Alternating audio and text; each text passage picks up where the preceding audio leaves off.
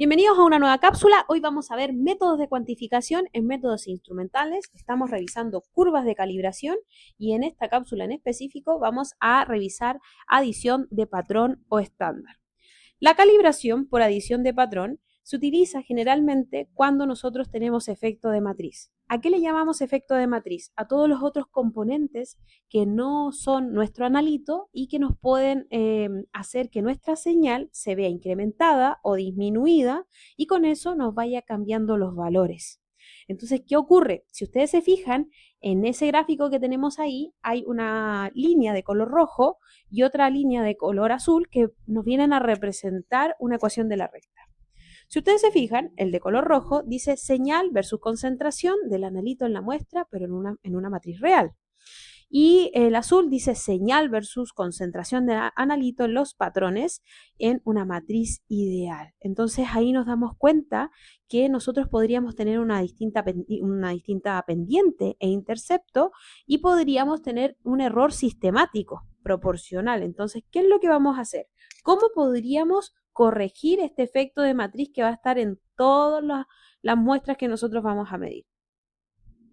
De manera experimental, vamos a irnos primeramente a la parte experimental.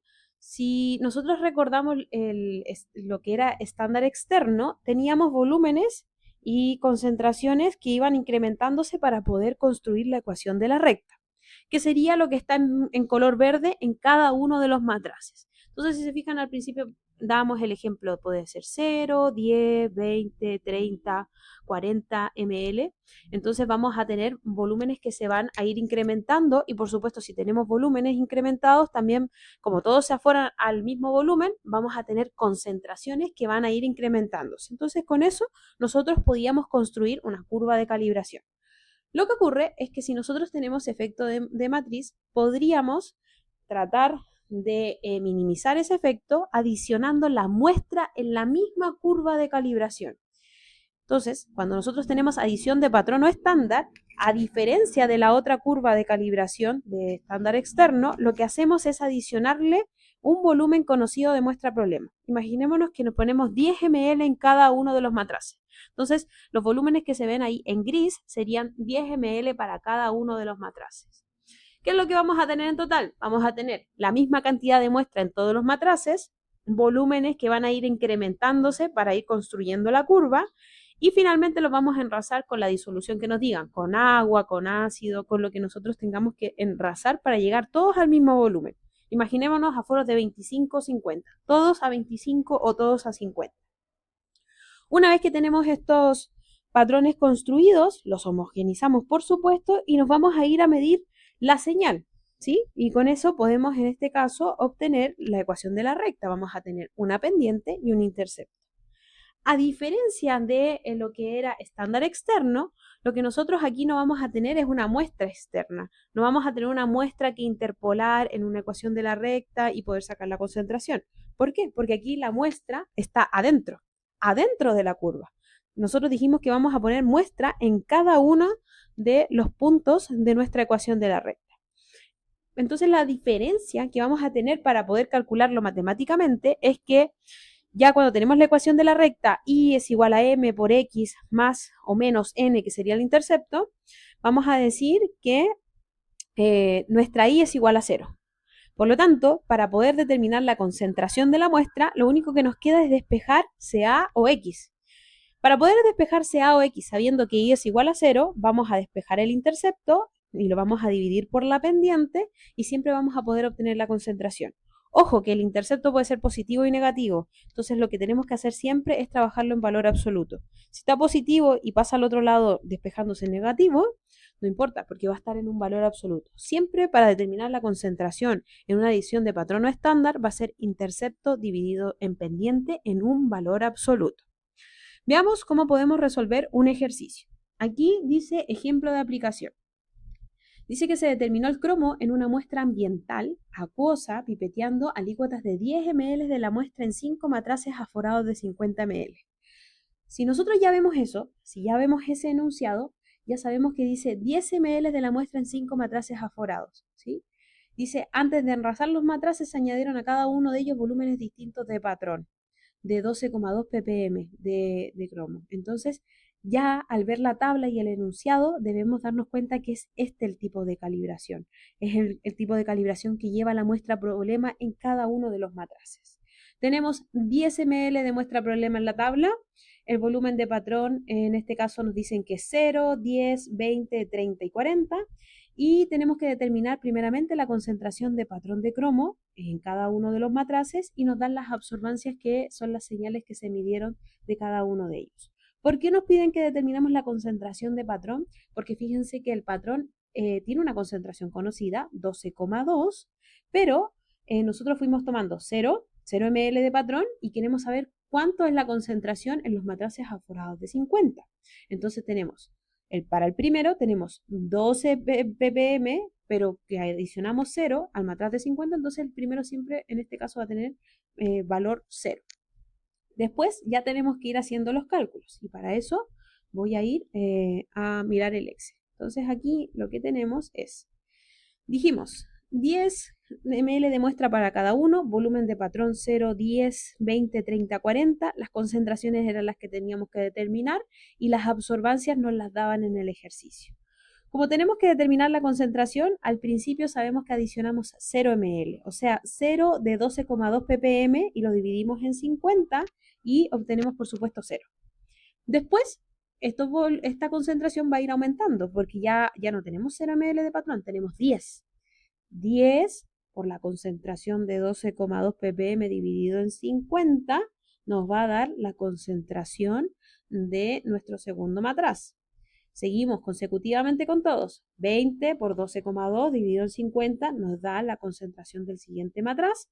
Y el último tenemos 40 por los 12,2 dividido en los 50. Nosotros ahí vamos a tener la concentración. Una vez que tenemos la concentración del patrón, como lo que se grafica es concentración versus absorbancia, esos son los datos que vamos a utilizar. Nunca se grafica volumen, solo concentración con absorbancia, que en este caso sería la señal. Si usted quiere meter los datos a la calculadora, la concentración es el X, la absorbancia es el Y. O sea, sería el primer set de datos 0 y el Y sería 0,201.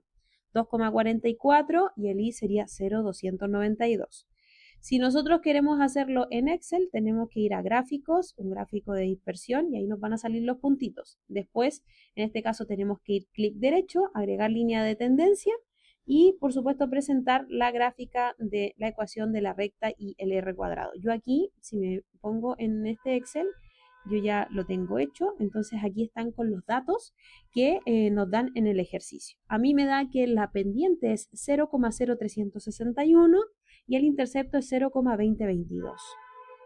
El ajuste lineal 0,99 está un ejercicio teórico, da con mucho ajuste lineal. Veamos cómo se determina la concentración de una muestra con esa curva. Dijimos que ya no tenemos una muestra por separado, ya no podemos poner la muestra en Y y sacar X. ¿Por qué? Porque la muestra está dentro de cada uno de los patrones. Pero sí, si recordamos, dijimos que Y era igual a 0 para todas las adiciones, en este caso de estándar o patrón. Entonces aquí lo que vamos a hacer es decir, ya, si yo sé que Y es igual a 0, dijimos que siempre iba a ser intercepto dividido en pendiente. Entonces ahí lo que hice fue el intercepto dividirlo en la pendiente. Los 0,2022 los divido en 0,0361 y dijimos que siempre iba a ser en valor absoluto porque no existen concentraciones negativas, siempre nos tiene que dar positivo, así que más bien más allá de los signos aquí, lo que nos interesa es dividir el intercepto dividido en la pendiente. Ahora, lo que nos tenemos que fijar para determinar la concentración de la muestra es en algo súper importante. La muestra eran 10 ml, si se recuerdan, eran 10 ml que iban en nuestro matraz. Entonces, si yo me devuelvo al dibujito para tratar de entenderlo mejor, eran 10 ml de muestra en cada uno de los matraces. Si me están preguntando la concentración de la muestra, cuando yo medí cada uno de los puntos y saqué la pendiente y el intercepto, yo los medí cuando ya estaban aforados. Están todos aforados. Entonces esos 10, independiente de lo que adicionemos, están diluidos a 50 o a 25 o al aforo que nos hayan dicho. hay una dilución sí o sí con este tipo de ecuación de calibración, ¿ya? Entonces aquí vamos a devolvernos al Excel y nos vamos a dar cuenta que dice, en el enunciado decía que tomábamos alícuotas de 10 ml y que los matraces aforados eran de 50. Entonces, la concentración que nosotros tenemos acá, esto es, yo les dejé ahí, dice en curva. Eso quiere decir que en la curva esa es la concentración de la muestra, o sea, en los 50 ml. Pero hay que llegar a los 10 porque eso hay un paso de dilución. Una forma de calcular la dilución bien fácil es decir el aforo dividido en la alícuota, o sea, tenemos 50 dividido en 10 y por lo tanto podemos hacer esa concentración, multiplicarla por el factor de dilución, que en este caso nos va a dar 5, 50 dividido en 10 nos va a dar los 5. Y lo que nosotros vamos a tener aquí es la concentración real de la muestra problema, porque a lo que nosotros nos están preguntando es cuánta es la concentración en la muestra, y las muestras eran solo 10 ml. Después, por efectos de hacer la curva de calibración, llegó a 50 y se tuvo que diluir forzosamente. Pero nosotros aquí lo que tenemos es una dilución que siempre tenemos que considerar, siempre en adición patrón. Si nosotros vamos agregando volúmenes de muestra a nuestra curva y después vamos a tener que aforar los matraces, siempre hay una dilución escondida ahí, así que no hay que olvidarla, ¿ya? Entonces, el factor sería 50 dividido en 10, nos da 5, multiplicamos el valor en curva por los 5 y si se fijan, por supuesto que estaba más concentrado. En este caso tenía una concentración de 28,00 en las mismas unidades que nos daba el ejercicio. A ver, aquí en las unidades de ppm, ¿ya? Entonces, ahí representamos gráficamente los datos experimentales, deducimos la ecuación de la absorbancia y calculamos la concentración en la muestra, utilizando, por supuesto, la ecuación de la red.